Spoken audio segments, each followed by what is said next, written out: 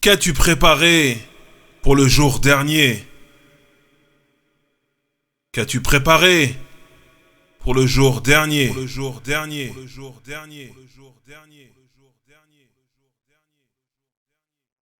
فمن يعمل مثقال ذرة خيرا يره ومن يعمل مثقال ذرة شرا يره.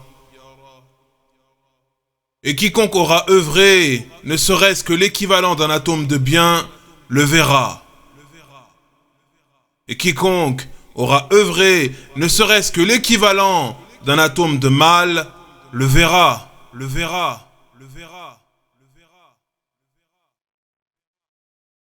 Bismillahirrahmanirrahim.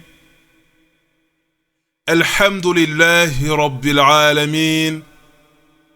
اللهم صل وسلم وبارك على نبينا محمد وعلى آله وأصحابه أجمعين وسلم تسليما كثيرا.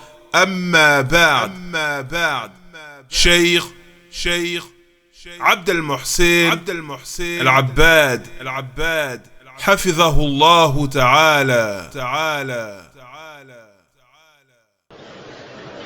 اليوم الآخر هو ما بعد الموت، كل ما بعد الموت فهو من اليوم الآخر، لأن ما كان قبل الموت دار عمل، وما بعد الموت دار جزاء. فالحد الفاصل بين الدنيا والآخرة الموت، فمن مات قامت قيامته وانتقل من دار العمل إلى دار الجزاء، فيجد أمامه ما قدم، إن خيرا فخير وإن شرا فشر،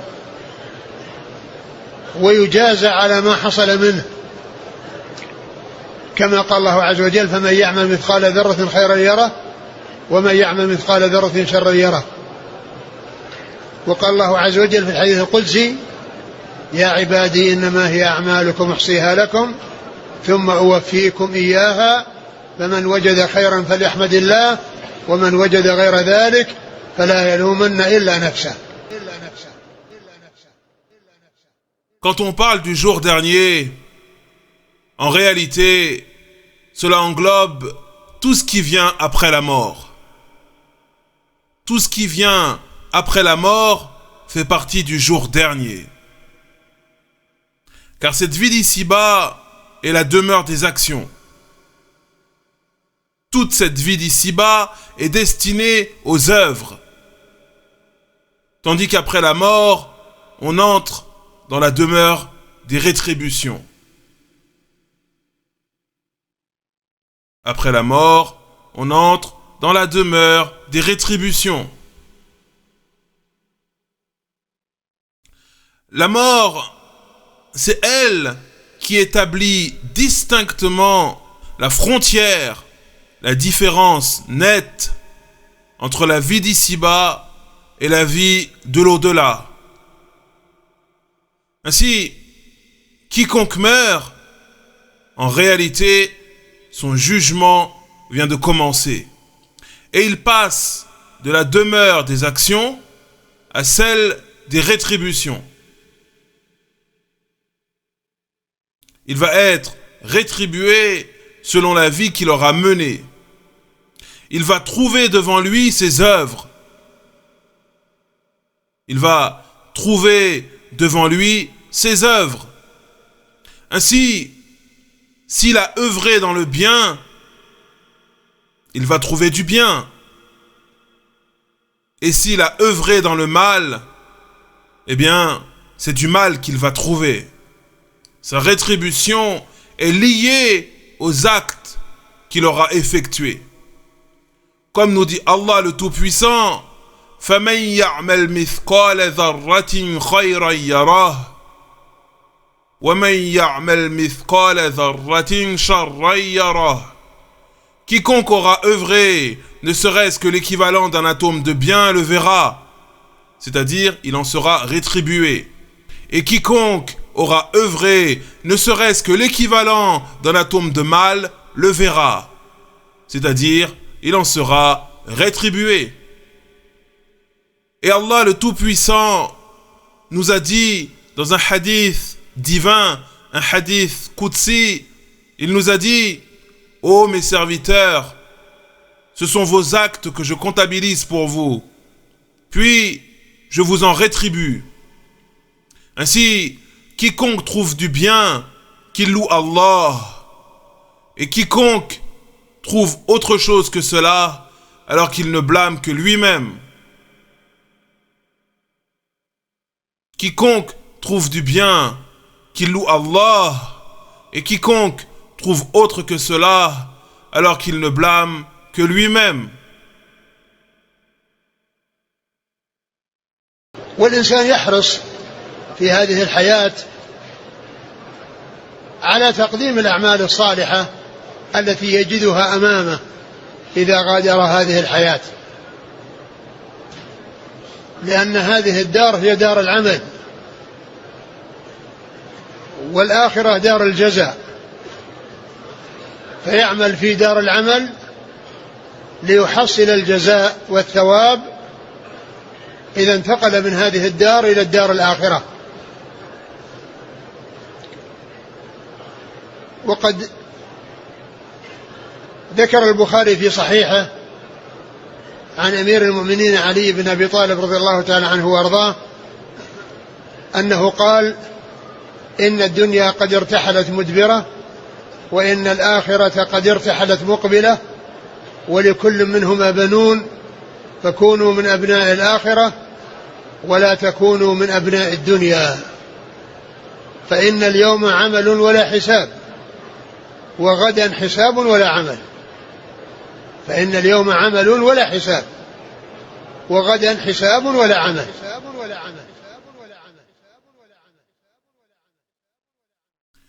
Et l'être humain, dans cette vie d'ici-bas, doit œuvrer dans le bien. Il doit s'efforcer de multiplier les œuvres pieuses qu'il retrouvera devant lui quand il quittera cette vie d'ici-bas.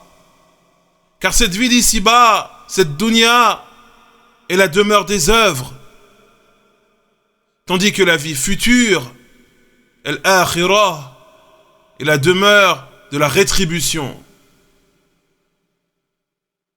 L'être humain, qu'il soit homme ou femme, se doit d'œuvrer ici-bas afin de retrouver toutes ses bonnes œuvres après sa mort, afin d'en récolter le fruit dans l'au-delà, après sa mort. Et l'imam al-Bukhari, rahimahullah, dans son recueil de récits authentiques, rapporte que le noble compagnon Ali ibn Abi Talib, radiyallahu anhu, qu'Allah soit satisfait de lui, a dit: cette vie d'ici-bas s'en est allée en nous tournant le dos, tandis que la vie future vient à nous en nous faisant face. Et toutes les deux ont leurs enfants avec elles. Leurs progénitures respectives les accompagnent. Soyez donc parmi les enfants de la vie future et ne soyez pas parmi les enfants de cette vie d'ici-bas. Car certes, aujourd'hui, on œuvre sans être rétribué, tandis que demain, nous serons rétribués sans avoir la possibilité d'œuvrer.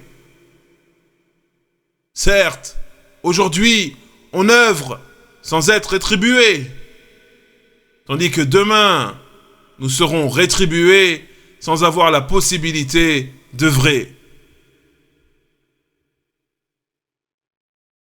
فإن اليوم عمل ولا حساب، وغدا حساب ولا عمل. فإن اليوم عمل ولا حساب، وغدا حساب ولا عمل. فإن الدار الآخرة هي دار الحساب والجزاء، وليست دار العمل. دار العمل الدنيا. والنبي عليه الصلاة والسلام كان يسأل عن الساعة متى تقوم، ولما كان صلى الله عليه وسلم لا يعلم متى تقوم، لأن علم الساعة من خصائص الله عز وجل اختص به سبحانه وتعالى، لم يطلع عليه نبيا ولا ملكا. لما سأله رجل إذا سئل عن الساعة فإنه صلى الله عليه وسلم أحيانا يجيب بشيء من أماراتها، وأحيانا يوجه السائل إلى ما هو الأهم في حقه، وهو أن يعرف ماذا قدم لنفسه إذا قامت الساعة. لما سأله رجل وقال يا رسول الله متى الساعة؟ قال عليه الصلاة والسلام وماذا أعددت لها؟ يعني ما الذي أعددته لنفسك إذا قامت الساعة لتجد ثوابه أمامك؟ هذا هو المهم الذي ينبغي أن يحرص الإنسان عليه، لا يشغل نفسه ولا يهتم بمعرفة متى تقوم الساعة، وإنما يشغل نفسه بمعرفة ماذا قدم لنفسه إذا قامت الساعة.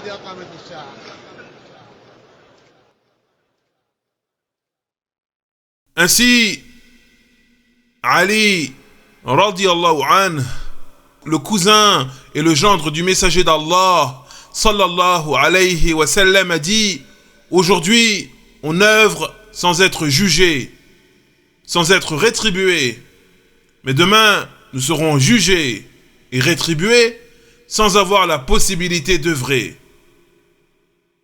Demain, c'est-à-dire au jour du jugement, nous serons rétribués pour nos actions, mais nous ne pourrons plus œuvrer.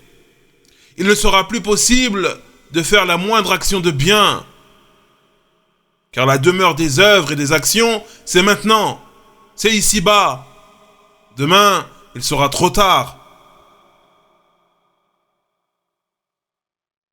Et le prophète, sallallahu alayhi wa sallam, que les éloges d'Allah soient sur lui, ainsi que ses salutations, les gens l'interrogeaient au sujet de l'heure. Les gens l'interrogeaient au sujet de la fin du monde. Quand aura-t-elle lieu? Mais le messager d'Allah, sallallahu alayhi wa sallam, ne connaissait pas la réponse. Car cette science, ce savoir, est une des particularités d'Allah. Lui seul sait. Lui seul sait quand se produira exactement la fin du monde. C'est une connaissance qu'il sait réserver exclusivement. Subhanahu wa ta'ala. Nul ange, ni nul prophète ne connaît la réponse. Et si aucun ange, ni aucun prophète ne connaît la réponse, alors qu'ils sont les créatures les plus pieuses et les plus proches d'Allah, alors personne d'autre en dehors d'Allah ne peut connaître la date de la fin du monde. Personne d'autre en dehors d'Allah ne peut connaître la date de la fin du monde. Ainsi, le messager d'Allah, sallallahu alayhi wa sallam, quand on l'interrogeait au sujet de l'heure, il répondait par certains des signes précurseurs de l'heure. Ou alors, il orientait le questionnaire vers une chose bien plus importante le concernant. Qu'il s'interroge sur ses œuvres. Qu'a-t-il préparé pour l'heure? Si la fin du monde surgit, qu'a-t-il préparé? Quelles sont ses actions? Quelles sont ses œuvres? Ainsi, quand un homme lui a demandé un jour: ô messager d'Allah, quand viendra l'heure? Quand aura lieu la fin du monde? Le prophète, sallallahu alayhi wa sallam, a répondu: mais toi-même, qu'as-tu préparé pour elle? C'est-à-dire, quelles sont les œuvres pieuses que tu as accomplies pour ce grand jour, afin de l'aborder avec de vastes récompenses. Et voilà ce qui est important. Voilà ce dont le musulman et la musulmane doivent se préoccuper. Ils ne doivent pas occuper leurs esprits à savoir quand se produira ce grand jour, quand il aura lieu, à quelle heure, etc., etc. Ce qui doit occuper l'esprit du musulman, qu'il soit homme ou femme, c'est de savoir qu'est-ce qu'il a préparé pour ce grand jour, quelles sont ses œuvres. قال عليه الصلاة والسلام: وماذا أعددت لها؟ لفت نظره إلى الأمر المهم. الساعة آتية وكل آت قريب، وليس المهم أن يعرف الإنسان متى تقوم الساعة، ولكن المهم أن يعرف ماذا قدم لنفسه إذا قامت الساعة. هذا هو المهم، وهذا هو الذي ينبغي الإنسان أن يحرص عليه. فكان يجيب بشيء من أماراتها أو بلفت نظر السائل إلى ما هو أهم من سؤاله. ومن المعلوم أن الإنسان إذا تذكر الموت يستعد له بالأعمال الصالحة، والغفلة تحصل للإنسان من الغفلة عن الموت وعن تذكر الموت، فإنه يلهو في دنياه ويسرح في دنياه، ولكنه إذا تأمل الموت وفكر فيه وما يحصل وراءه وما يحصل بعده فإن هذا هو الذي ينفع الإنسان. هذا هو الذي ينفع الإنسان.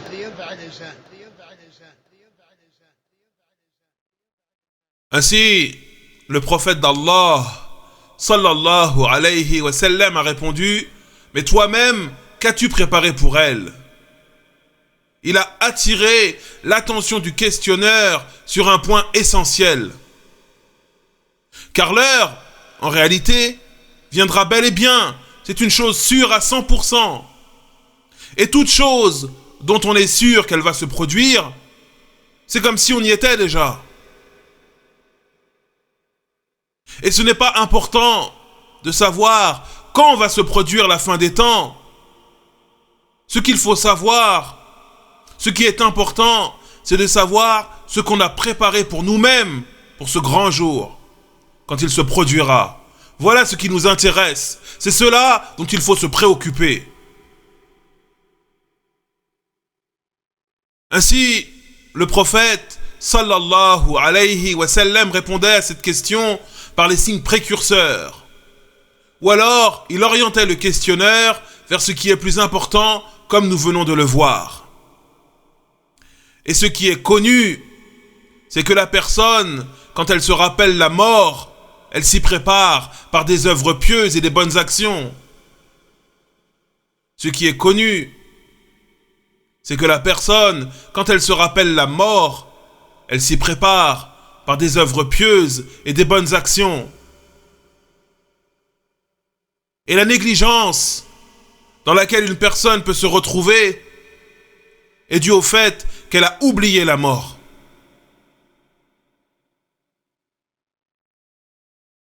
Elle ne se préoccupe pas de la mort. Elle ne se la rappelle pas.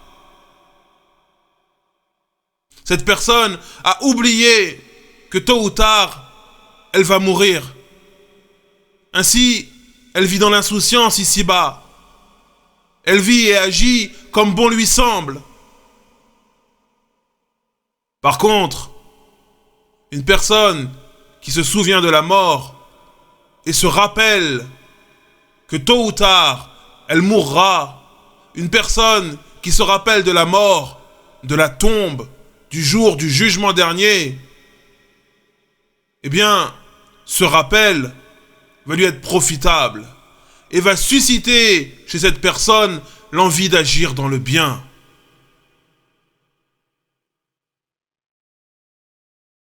Et nous demandons à Allah de maintenir nos cœurs éveillés et de nous rappeler de la mort, de la tombe, de ses délices et de ses châtiments.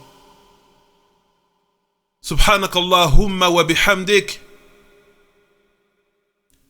Ashhadu an la ilaha illa anta. Astaghfiruka wa atubu ilayk. Wa sallallahu ala nabiyyina Muhammad wa ala alihi wa ashabihi ajma'in. والحمد لله رب العالمين.